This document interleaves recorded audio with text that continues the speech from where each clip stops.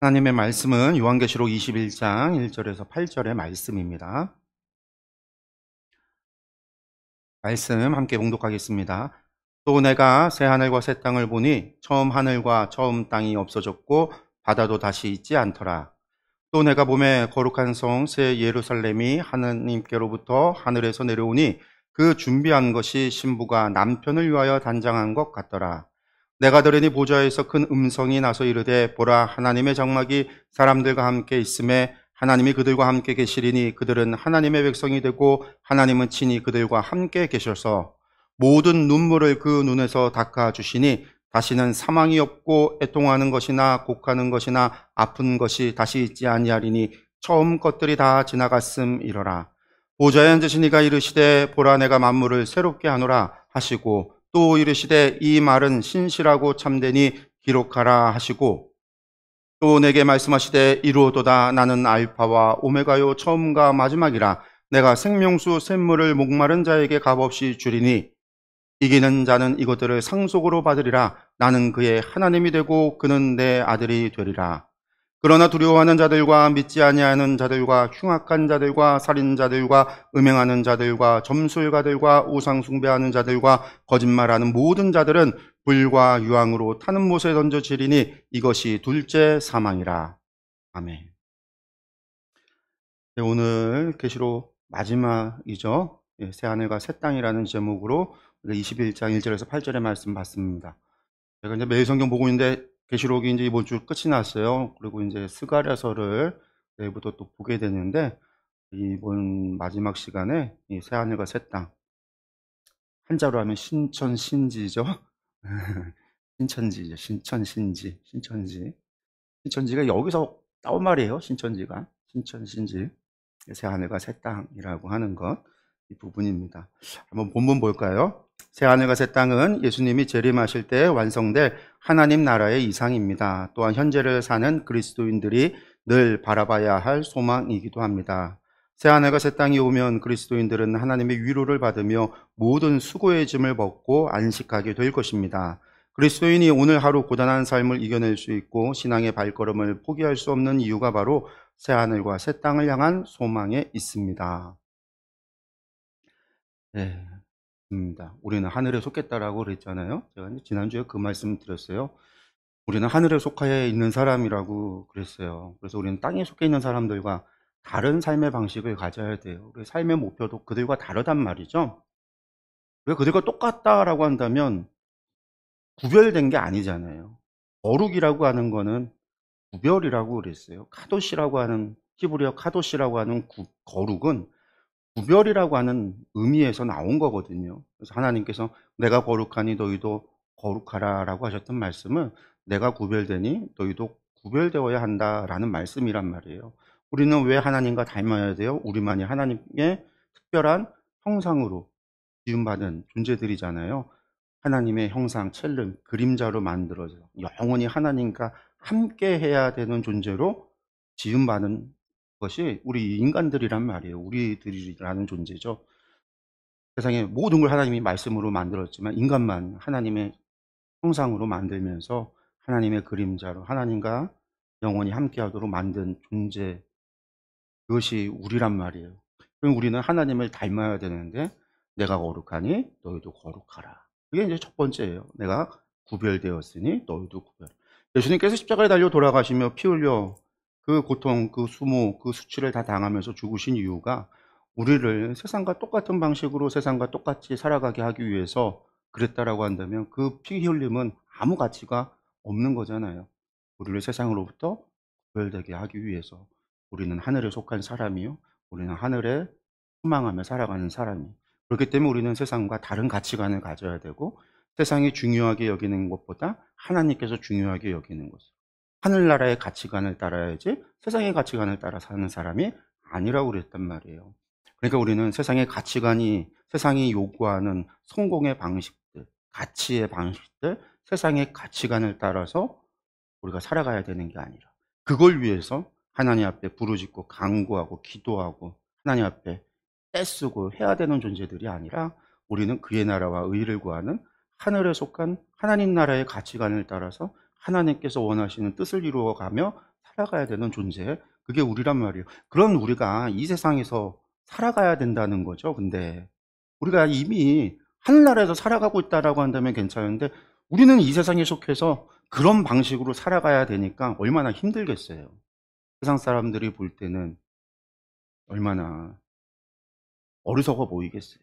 그러니까 그리스도의 도는 세상이 볼 때는 어리석은 거지만, 그리고 하나님이 믿는 자에게서는 그것은 가장 보배로운 것이지만 세상이 볼 때는 어리석은 거잖아요. 그렇게 보인다라는 것이죠. 그렇지만 어쨌든 우리가 이 땅에서 살아가야 된다는. 근데 그 상황 속에서 이 세상의 가치관이 우리를 뒤흔들고 유혹하고 시험에 들 때 우리가 그것을 이겨내고 끊임없이 우리 신앙의 둯대를 향해 나아갈 수 있는 방법은요, 한 가지밖에 없어요. 그 소망을 바라보는 것밖에 없어요. 내가 하늘에 솟겠다라는 것. 그 하늘을 바라보는, 소망을 바라보고 가는 것밖에 없어요. 그래서 이 땅에서의 상급이 아니라 저 하늘에서의 상급. 이 땅에서 우리가 받게 될 면류관이 아니라 하늘의 면류관을 소망하는 것이고, 그것이 우리에게 보여주는 비전이 새 하늘과 새 땅이에요. 이것이 이제 종말론적인 신앙인 거죠. 이 새 하늘과 새 땅의 비전이 없이는 이 땅에서 우리가 이 힘든 세상을 살아갈 힘이 없다라는 거예요. 이단들이 왜 그렇게 열심히 하겠어요? 이단들이 막 자기 재산까지 다 갖다 바쳐가면서 그렇게 열심히 왜 살겠어요? 그 사람들은요, 천국의 비전을 가지고 있기 때문에 그런 거예요. 신천지라고 하는 그들의 소망을 가지고 있기 때문에, 그 소망에 올인하고 있기 때문에 현재를 포기하더라도 그 미래를 바라보면서 오늘을 포기하는 거거든요, 그 사람들이요. 근데 그것이 비록 잘못된 거지만, 잘못됐다 할지라도 그 사람들은 그걸 바라보는 거예요. 그거는 뭐 다른 것들도 마찬가지죠. 모든 종교가 가지고 있는 특징 가운데 한 가지죠. 미래적인 극락을 향해서, 천국을 향해서 오늘을 희생하는 사람들의 모습을 본다라고 한다면 그게 소망이라고 하는 것이 가지고 있는 힘이거든요. 오늘을 살아갈 수 있게 하는 힘. 근데 그들이 가지고 있는 것은 잘못된 소망이고, 잘못된 비전이고, 잘못된 믿음인 거죠. 진리가 아닌 것이고. 우리는 그러면 무엇이 진리냐? 하나님께서 우리에게 주신 바가 무엇이냐? 하나님께서 우리에게 보여주시는, 하나님께서 보여주시는 그 비전이 무엇이냐? 그게 계시록이 우리에게 보여주고 있는 것이고, 그게 새하늘과 새 땅이라고 하는, 오늘 우리가 보는 21장의 말씀, 21장, 22장에 걸쳐서 나오는 계시록의 마지막 장면의 모습이죠. 그래서 이제 우리가 그러한 소망에 관한 것에 대한 확신을 가지고 있어야지 오늘을 이겨낼 수 있는 거예요. 오늘의 현재를 이겨낼 수 있는 거예요. 오늘 사는 삶이 힘들고 어렵다. 힘들고 어려운 거는 내가 오늘을 살아가는 힘이 약하다라는 거고, 내가 오늘을 살아가는 힘이 약한 거는 소망을, 확신을 두지 못하기 때문에 라는 거예요. 세상 사람들도 소망에 대한 비전이 확실하다면 이겨내는데, 그렇잖아요. 성공을 바라보고 오늘을 인내한단 말이에요. 성공을 바라보고 오늘을 인내한단 말이에요. 밤을 새워가며 일하며 성공을 위해서, 승진을 위해서, 좋은 점수를 위해서, 막 그런 성공을, 운동선수들이 금메달을 향해서 오늘을 막 자신의 인생을 갈아 넣어가면서 열심히 하면서 인내하고 극복하는 거는 미래에 있어질 그 달콤한 열매를 위해서 하는 거잖아요. 마찬가지예요. 우리의 믿음도 마찬가지로 그러한 소망에 대한 확신이 있어야 돼요. 우리가 근데 기독교인들이, 우리 교회가 사실 이러한 소망에 대한 비전, 천국에 대한 설교를 잘 안 하기 때문에 구원에 관한 이야기들은 하죠. 구원에 관한 이야기들은 많이 하지만 천국에 관한, 소망에 관한 설교들을 잘 안 해요. 계시록에 관한 설교를 잘 안 하니까. 저도 마찬가지죠. 제가 이제 뭐 설교를 한다면 대부분 이제 지금까지 제가 주일날은 강해 설교를 해온 게 모세오경하고 복음서 위주로 계속해서 제가 지금까지 이제 계속 해왔단 말이에요. 그래서 모세오경 끝냈고 지금 이제 누가복음 하면은 복음서가 끝나고 사도행전 하고 그렇게 이제 해오고 있기 때문에 계시록 가지고 설교할 일이 없어서 한 적이 없지만, 이제 성경 공부를 통해서만 제가 이제 계시록 강의를 하지만 설교는 제가 이제 별로 하질 않아서 그런 부분이 있긴 하지만, 우리가 많이 설교를 해야 되고 말씀도 많이 봐야 되고 그걸 통해서 우리가 천국에 대한 믿음과 확신과 소망을 가져야 오늘을 행복해지는 거예요. 이 힘든 세상이 행복해질 수 있는 거예요. 힘들고 어려운 세상에 힘이 나는 거예요. 그러니까 그러한 소망이 우리에게 좀 있었으면 좋겠어요. 이 말씀을 보면서 그런 생각이 좀 들었어요. 우리 문제 한번 들어가서 볼게요. 새하늘과 새 땅이 임하고 하늘 보좌에서 큰 음성이 들립니다. 1절에서 4절까지의 말씀 중에서 첫 번째, 예수님이 재림하실 때 처음 하늘과 처음 땅을 대신하는 것은 무엇입니까 했는데 새하늘과 새 땅이라는 거죠. 처음 하늘과 처음 땅은 뭐겠어요? 창세기에서 이제 하나님께서 처음 최초의 천지를 창조하셨던 바로 그것을 대신하는 새하늘과 새 땅이라고 말씀하고 계시는 거죠. 이것이 이제 새롭게, 그래서 우리는 새 창조라는 이야기를 써요. 하나님께서 새롭게 하신다. 우주적인 새 창조, 새롭게 하신다라는 거죠. 그래서 하나님께서는 새 하늘과 새 땅. 두 번째, 거룩한 성새 예루살렘이 하늘에서 내려오는 모습은 마치 무엇과 같습니까 했는데 신부가 남편을 위하여 단장한 것 같더라. 이게 뭐냐면 사실은 이거는 은유적인 표현이에요. 상징적인 거죠. 거룩한 성 새 예루살렘이라고 하는 예루살렘이 상징하는 것은 뭐냐면 하늘에서 무슨 우리가 이제 애니메이션, 일본 애니메이션 라퓨타 같이 막 공중에 그 라퓨타 성이 이렇게 막 떠 있는 그런 성이 내려온다. 사실은 이제 성화 그림 보면 그런 그림들이 있긴 한데 그런 게 내려온다라는 의미가 아니고 그런 게 아니에요. 그런 게 아니고 새 예루살렘이라고 하는 예루살렘에서 가지고 있는 상징이 뭐예요? 거기에 뭐가 있기 때문에 예루살렘이 중요할까요? 예루살렘에 성전이 있었잖아요. 성전이 없다고 한다면 예루살렘은 아무 의미가 없어요. 원래는 이제 다윗이 예루살렘 여부스 족속이 살던 그 지역을 다윗이 정복하고 거기를 다윗의 소유로 삼아서 다윗성을 지어서 다윗성이라고 불렸고 그 다윗성 위에다가 나중에 솔로몬이 성전을 지우고 나서 그게 예루살렘 성전이라고 불리게 돼서 그 다윗성을 그 다윗성 그 산 전체를 그냥 예루살렘이라 부르게 된 거지. 사실은 예루살렘이라고 하는 거는 별로 의미가 없어요. 거기에 뭐가 있기 때문에 의미가 있는 거냐? 거기에 성전이 있기 때문이고. 그 성전이 무엇이냐? 그 성전이 하나님의 전이기 때문에. 하나님께서 그 성전에다 당신의 이름을 두겠다고 했기 때문에 중요한 거잖아요.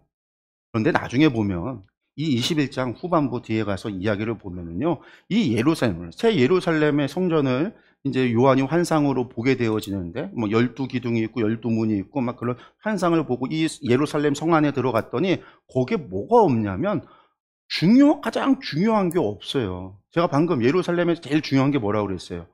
성전이 제일 중요하다고 그랬잖아요. 근데 이 새 예루살렘에 들어가서 환상을 보는데 거기에 뭐가 없냐? 성전이 없어요. 왜 성전이 없어? 그전에는 인간들이 하나님을 만나기 위해서는 성전을 통해서만 하나님을 만나는 새 예루살렘, 새 땅, 새 하늘에서는요. 성전에서 하나님을 만나는 게 아니라 우리는 어디서나 하나님과 함께하는 존재입니다. 사실 성전이 상징하는 거는 뭐예요? 인간의 죄거든요. 죄인이기 때문에 성전이 필요한 거예요. 그래서 뭐가 있죠?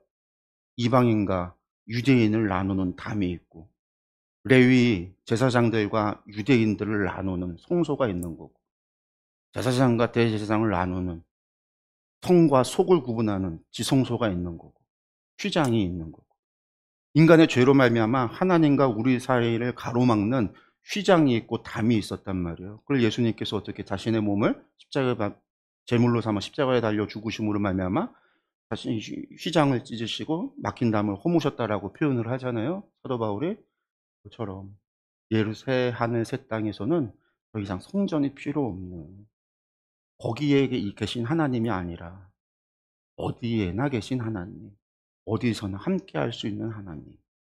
그래서 새 예루살렘이라고 하는 것이 하나의 무슨 성이 내려온다라고 우리가 묘사되고 표현되고 있지만 그것이 실제로 성은 아니라. 근데 이제 그것이 상징하고 있는 바가 뭐예요? 신부가 남편을 위해서 단장한 것 같다라는 뜻이 뭐예요? 가장 순결하고 가장 아름다운 거는 결국 신부가 결혼식에 신부가 남편을 위해서 아름답게 깨끗하게 정결하게 순결하게 준비하고 있었던 그 모습이 당시에 가장 순결한 모습, 그걸 시적인 은유의 표현이거든요. 이게 상징의 표현. 그러니까 하나님께서 우리를 위해서 우리와 함께할 새하늘과 새 땅의 첫 번째 하늘, 첫 번째 땅, 첫 번째 창조에서 하나님께서 우리와 함께하기 위해서 동산에 에덴 동산을 만들었단 말이에요. 에덴의 동산을 만드시고 거기에 아담과 하와 함께 거느시기도 하셨고 거기에 함께 하셨다고 한다면 새 하늘과 새 땅에서는 새 예루살렘이라고 하는 것을, 그곳이 어떤 것, 신부가 남편을 위하여 단장한 것처럼 순결하고 완전하고 아름답고 안전한 그런 모습으로서 하나님께서 예비하셨다라는 거죠. 가장 좋은, 가장 순결한, 인간의 일생에 있어서 가장 아름답고, 물론 요즘 같은 시대에는 그런 건 아닐 수도 있어요. 오늘 같은 시대, 요즘 같은 시대에서는 그렇지 않을 수도 있지만 예전에는 아니란 말이에요. 이제 그런 의미인 거죠. 보좌에서 울려 퍼진 큰 음성은 하나님을 어떤 분으로 소개하고 있는가 했더니 보니까 그분이 3, 4절에 백성과 함께 하시며 모든 눈물을 닦아주고 사망이 없고 애통하는 것이나 곡하는 것이나 아픈 것이 다시 있지 않게 하십니다. 그래서 새하늘과 새 땅에서는요, 그 천국 하나님과 함께하는 그 영원한 나라에서는 애통하는 것도 없고 곡하는 것도 없고 아픈 것도 다시는 없다라는 거예요. 사망도 없다라는 거예요. 하나님께서 그 백성과 함께 하신다라는 거죠. 그 눈에 눈물을 닦아주신다. 슬픔도 아픔도 고통도 없는 곳. 그래서 몸이 아프신 분들이, 성도님들 가운데 아프신 분들이 항상 그러죠. 천국에 가서 안 아픈 거. 그거 하나만으로 평생을 늘 아파왔던 분. 저희 어머니가 평생을 많이 몸이 불편하셔서 아프셔서 그 아프게 몸에 병을 가지고 계셨어요. 그러니까 이제 맨날 이제 천국을 소망하면 거기는 아픈 곳이 없. 그게 가장 큰 복음 좋은 이야기인 거죠. 그런 것들이 천국의 모습. 지금 우리가 볼 때는 이런 것들이 뭐 그렇게 좋아 보일까? 뭐 그렇게 생각할 수도 있어요. 오늘날 우리가 바라고 있는 가치관이라고 하는 거, 우리가 생각할 때 우리가 뭐 그렇게 큰 애통하고 막 곡하고 하는 것, 슬픔 막 그런 게 사실은 별로 없어요. 그렇지 않아요? 우리가 그런 게 별로 없다고요. 우리가 이제 뭐 가족을 잃은 슬픔 같은 걸 겪지 않는 이상, 나에게 어떤 특별한 막 갑자기 막 죽을 병에 걸렸다라고 하는 그런 소식을 듣지 않는 이상 우리가 일상생활을 하는 데 있어서는 별로 그런 게 없어요. 그저 우리가 눈물을 흘리는 거 보면요, 드라마보다 우는 거예요. 영화보다 울거나 폭삭 속았수다 보면서 울거나 그런 정도의 슬픔인 거지, 우리가 인생 살아가면서 어떤 그 과거와 다르단 말이에요, 요즘 시대에는. 그러니까 이제 이럴 것만 보면 천국은 그냥 그런가 보다 그렇게 할 수 있어요. 뭐 큰 중병을 앓지 않은 우리 젊은 뭐 우리 우경이나 채린이 같은 경우한테 뭐 천국 가면 다시는 아프지 않아, 그런 것이 뭐 마음에 와닿겠어요. 천국 가면은 그냥 원하는 게임을 마음대로 할 수 있어. 그러면 그게 더 좋은 거지. 그냥 아무 얘기도 안 듣고 그냥 원하는 게임 마음대로 할 수 있어. 막 그러면 하고 싶은 거 마음대로 할 수 있어. 뭐 그런 게 제일 좋은 거죠. 천국 그런 걸로 바라게 되는 거지. 이 여기서 말하고 있는 것도 또 당시 시대에 예수님을 믿음으로 말미암아 많은 순교가 일어났던 그들에게, 일곱 교회에게 보낸 편지가 그 예수님을 믿는다라는 이유만으로 그들이 박해받고 고통받고 죽임당하고 그런 일들이 벌어졌다라고 그랬잖아요. 그런 그들에게 아픔도 슬픔도 고통도 눈물도 없는 그런 천국에 대한 소망을 주고 있다라는 거예요. 그러니까 이것만 있는 게 아니라 우리가 바라는 가장 아름다운 것이 바로 천국이다라고 하는 소망을 우리에게 이야기하고 있다라는 거죠. 나눔을 볼게요. 거룩한 성 새 예루살렘은 완성될 우주적 교회 공동체를 상징합니다. 그리스도가 재림하는 날에 교회 공동체는 마치 그리스도의 신부처럼 준비될 것입니다. 우리 공동체는 그날을 준비하며 어떤 모습으로 단장하고 있는지 나눠봅시다. 아, 이거 좀 읽어보면서 이게 도대체 뭐라고 대답을 해야 되나 제가 고민을 했어요. 이거 뭐라고 해야 되나. 그리스도의 신부처럼 하기 위해서는 19장, 계시록 19장에 보면 어린 양의 혼인잔치가 있습니다. 어린 양의 혼인잔치, 어린 양의 혼인잔치에 청함을 받은 사람들에게 흰옷 입은 무리들이 양의 혼인잔치에 청함을 받는데, 그들이 입은 그 흰옷이 뭐예요? 성도들의 옳은 행실이라 그렇게 되어져 있어요. 그 얘기는 뭘까요? 우리가 그리스도의 신부처럼 준비하기 위해서는요. 성도로서의 옳은 마땅히 옳은 행실을 가져야 되는 거죠. 교회가 가져야 될 옳은 행실이라고 한다면 그건 다른 게 아니에요. 교회의 정체성을 지키는 거죠. 정체성. 제가 늘 얘기하는 거. 소금이 맛을 잃으면 버려진다라고 말씀하셨잖아요. 교회 정체성. 교회는 하나님을 예배하는 것과 주의 복음을 전하는 것. 이게 교회가 하는 일이에요. 하나님을 예배하는 것과 복음을 전하는 것. 다른 것 많이 할 수 있어요. 교회가 여력이 돼서 뭐 다른 것들 할 수 있어요. 어려운 이웃들 도와주고 사회적인 어떤 이런 활동도 할 수 있고 그런 것도 할 수 있어요.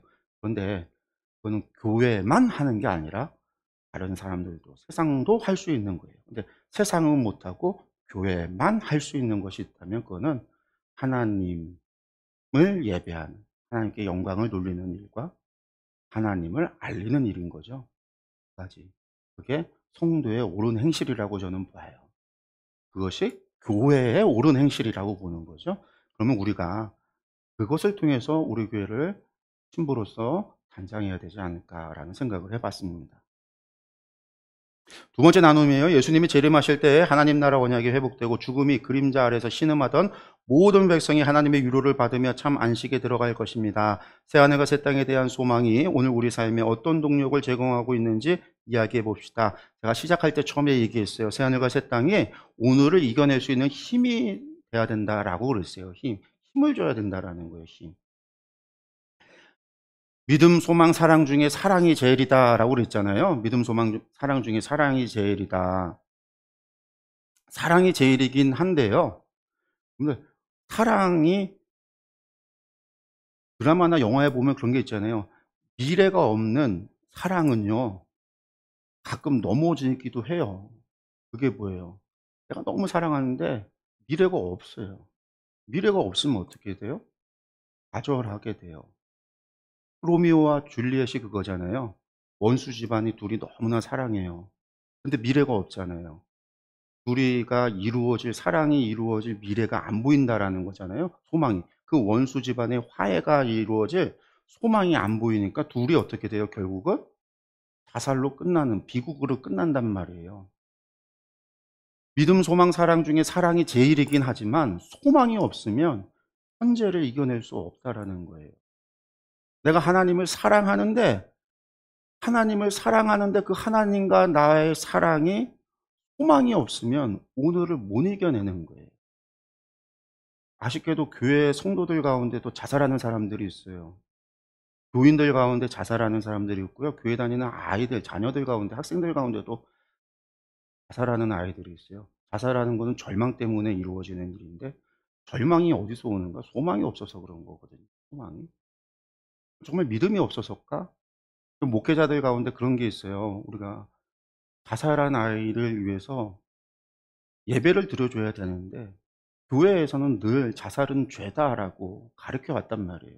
이게 자살해서는 안 된다. 자살을 방지하기 위해서 자살은 죄라고 가르쳐 왔는데, 근데 자살한 아이를 위해서 그 집에 가서 그 부모에게 무슨 설교를 해요?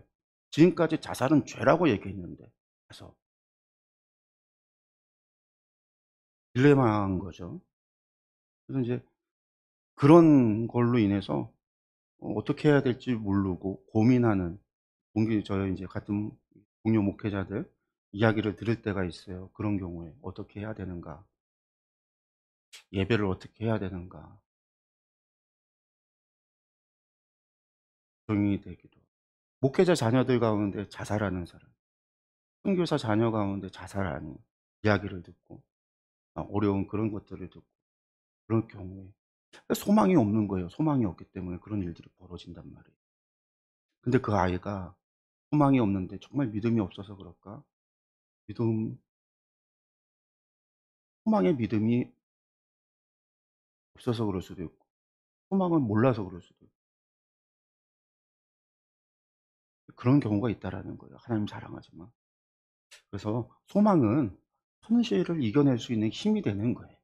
우리 기독교 신앙에서 소망은 구원, 그리고 저 하늘에 대한, 천국에 대한 소망이거든요.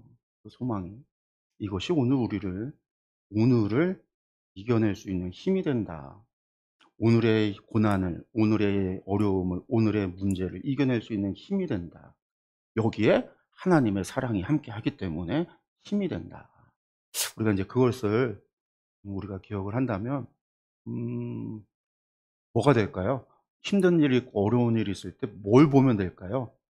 안 좋은 걸 기억하고 안 좋은 걸 떠올리는 것보다 하나님과 나와의 좋았던 기억을 떠올리고, 다른 말로 얘기해서 좋았던 사람, 부부간에 싸움이 일어나는데 안 좋았던 것만 생각하면은요, 꼬리에 꼬리를 물고 안 좋았던 것만 기억이 나요. 그래서 가서 상담을 하는데, 상담하는 사람이 이혼자에게 가서 상담을 하잖아요. 안 좋은 것만 이야기하다 보면 이혼하라고 그래요. 근데 싸웠는데도 돌아가서 좋았던 때를 생각하고 옛날에 좋았던 것만 생각을 하잖아요. 그 잘 사는 사람한테 가서 이야기를 하면은요, 그 좋았던 때를 이야기하면서 괜찮아, 또 그렇게 살아가요, 하잖아. 그래서 오늘을 또 사랑할 수 있어요. 마찬가지거든요. 우리가 하나님이 어렵고 힘들 때 과거에 하나님과의 좋았던, 하나님과의 사랑을 기억할 때 그 사랑이 앞으로의 하나님이 또 소망과 저 하늘과 저 땅을 바라보면서 나의 신앙을 또 앞으로의 나아갈 하나님께서 부어주실 것을 기대하게 하고 소망하게 하고, 그것을 통해서 오늘을 이겨낼 수 있는 힘을 우리가 얻게 된다라는 거. 근데 이것이 중요한 거예요. 그래서 좋은 기억을, 안 좋을수록 왔던 기억을 떠올리도록 해야 돼요. 왔던 기억을. 하나님께서 나에게 주셨던 좋았던 기억을, 응답하셨던 기억을, 나에게 역사하셨던 기억을,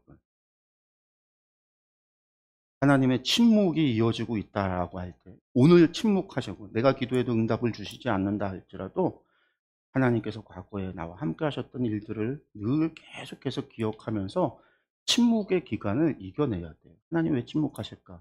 날 안 사랑해서가 아니라 날 여전히 사랑하시고 언젠간 과거처럼 나에게 또다시 응답하시고 말씀해 주실 거고, 나를 반드시 좋은 길로 인도해 주실 것이고, 하나님의 사랑은 나에게 언제나 최선의 것을 제공해 주실 것이라는 것을 믿고, 그것을 통해서 나를 갖다가 반드시 예배해 주신 그 면류관을 향해서, 그 신앙의 촛대를 향해서 나를 이끄신다라고 하는 선하신 목자 되신 그 하나님을 내가 신뢰한다라고 하는 고백이 나올 수 있도록, 우리의 신앙이, 우리가 주님을 생각하는 것이 그렇게 훈련돼야 돼요.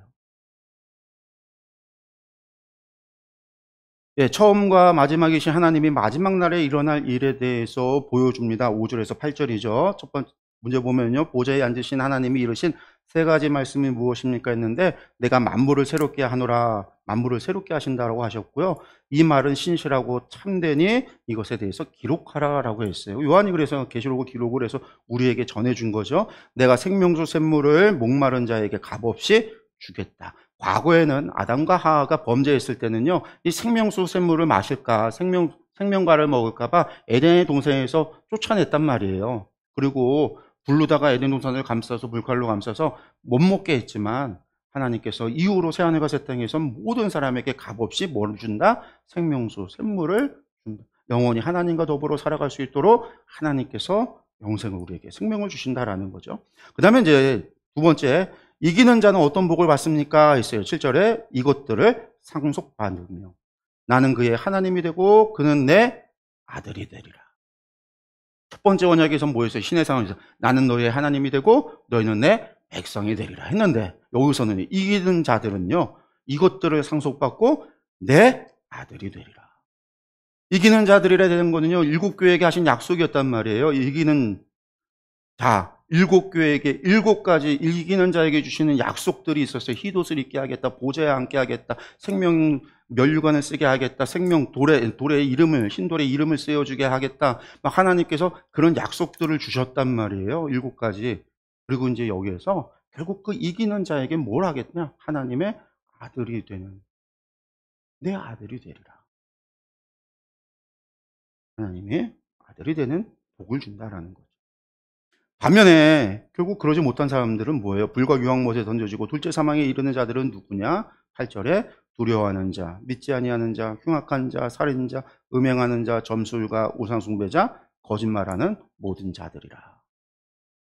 한마디로 요약을 하면 하나님의 말씀을 순종하지 아니하는 자들, 당시의 우상숭배자들과 선지자들과 잘못된 가르침을 따랐던 이단에 빠졌던 자들과 하나님을 믿지 않는 자들인 거죠. 오늘날로 치면요. 하나님 믿지 않는 자들과 하나님을 경외하지 않는 자들과 이단에 빠진 모든 자들과 그런 사람들이 결국은 둘째 사망에 이른다라는 거예요. 우리는 그리스도로 말미암아 이기는 자가 되어질 때 우리는요. 하나님의 아들이 되는 복을 받는다. 이것이 우리에게 복이요 우리의 소망이다라는 거죠. 믿음의 나눔 세 번째, 하나님을 이기는 자를 하나님 나라의 언약 백성으로 회복시키지만 하나님을 배역하고 패역한 삶을 산 자들에게는 불과 유황못에 던져지는 형벌을 내리십니다. 미래에 완성될 하나님 나라를 소망하며 오늘 견뎌야 하는 고난이 무엇인지 이야기해 봅시다. 오늘 우리에게 주어진 고난이 있다면 무엇일까요? 삶에 여러 고난들이 있어요. 삶에 어려움이 있다라고 한다면 사실은 요즘 겪고 있는 어려움이라고 하는 거는 대부분 물질적인 거죠. 특별히 몸에 질병이 없는 이상은 물질적인 사업적인 것, 물질적인 것들 그런 것들이 가장 어려울 거예요. 아이들을 공부하면서 겪게 되는 뭐 아이들을 공부에 있어지는 스트레스, 그 아이들을 학업 공부시키는 데 들어가는 여러 가지 물질적인 것들 뭐 이런 것들 다들 상대적일 수 있지만 과거에 비하면 절대값으로 친다면 훨씬 더 나은 상황이죠. 과거에 우리 윗세대에 비한다면 그렇지만 상대적인 거잖아요. 오늘 우리가 느낄 때에 있어서의 어려움이라고 한다는 거는 과거 또 1세대 이 요한계시록 시대일 때 어려움이라는 건 박해 상황이었는데 생명이 왔다 갔다 하는 문제였거든요. 신앙에 있어서. 오늘 우리는 믿는 것이 우리의 뭐 생명이 왔다 갔다 하는 문제가 아니에요. 그 시대 사람들에 비해서 내가 예수님 믿는다고 누가 나를 죽이는 것도 아니란 말이에요.